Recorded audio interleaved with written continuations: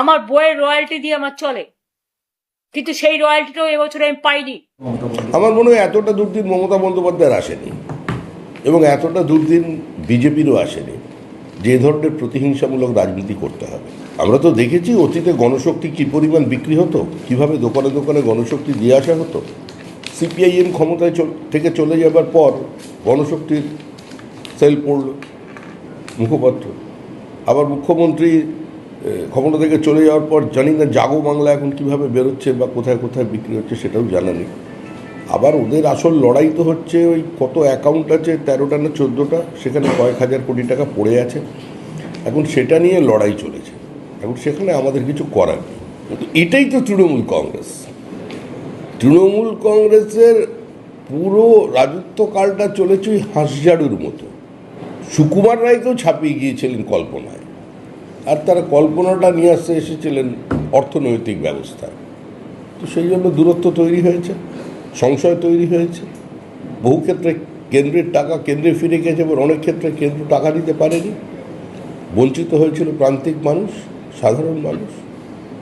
কারণ যারা দাবি করেছিলেন যে সম্পূর্ণভাবেই পশ্চিমবঙ্গের স্বাস্থ্য ব্যবস্থার আমূল পরিবর্তন করে দিয়েছিলেন, এবং শুধু সেখানে নয়, জেলায় জেলায় সুপার স্পেশালিটি হসপিটাল তৈরি করে দিয়েছিলেন, এবং চিকিৎসা সরঞ্জামকে হসপিটাল থেকে তুলে নিয়ে গিয়ে নিজের নির্বাচনী কেন্দ্রে পৌঁছে দিচ্ছিলেন, তার নিজের রাজ্যের এসএসকেএমের হসপিটালের প্রতি আস্থা নেই কেন? যাদের তত্ত্বাবধানে মানুষের জায়গায় কুকুরের ডায়ালিসিস হয়েছে, সেই জন্যই কি তিনি এখানে চিকিৎসা করতে চাইছেন না?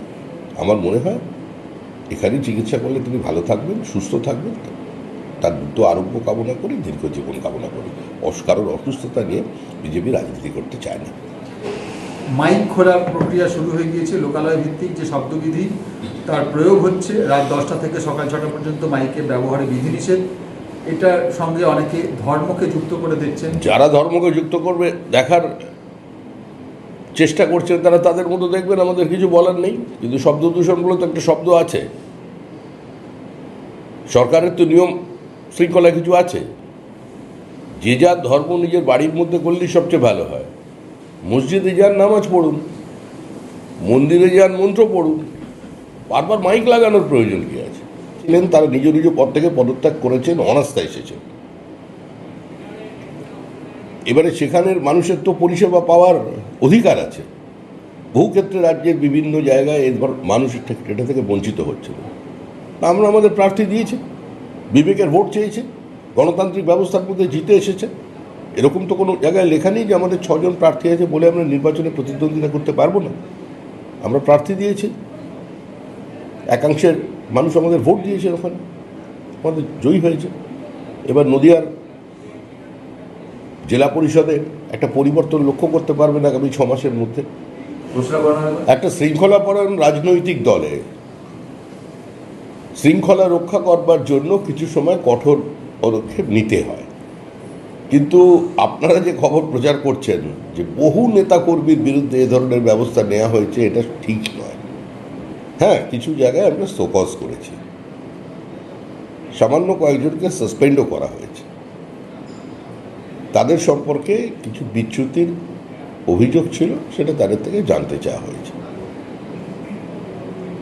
যারা যারা 4 ঘন্টার তৃণমূল থেকে বিজেপি হয়েছে, তাদের আমাদের নিচুতলার কয়েকজন সঙ্গে নিয়ে ঘুরেছিলেন, তাদের শোকজ করা হয়েছে, তাদের সতর্ক করে দেওয়া হয়েছে।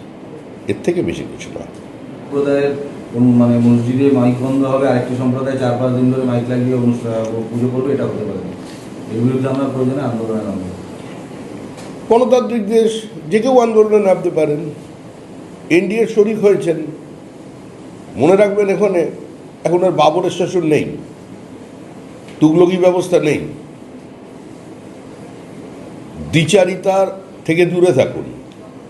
আমার যেমন বেনি তেমনি রবে, চুল ভিজাবো না, এই রাজনীতি বাংলার মানুষ গ্রহণ করবে না। আচ্ছা, বাংলায় শেষ হচ্ছে না। আজকে একটি জেলায় প্রধান শিক্ষককে ডিম ছড়া হয়েছে, এবং এর প্রতিবাদে শিক্ষক শিক্ষিকারা, ছাত্রছাত্রীরা তারা রাস্তায় নেমেছে। বিষয়টি প্রশাসন দেখবে,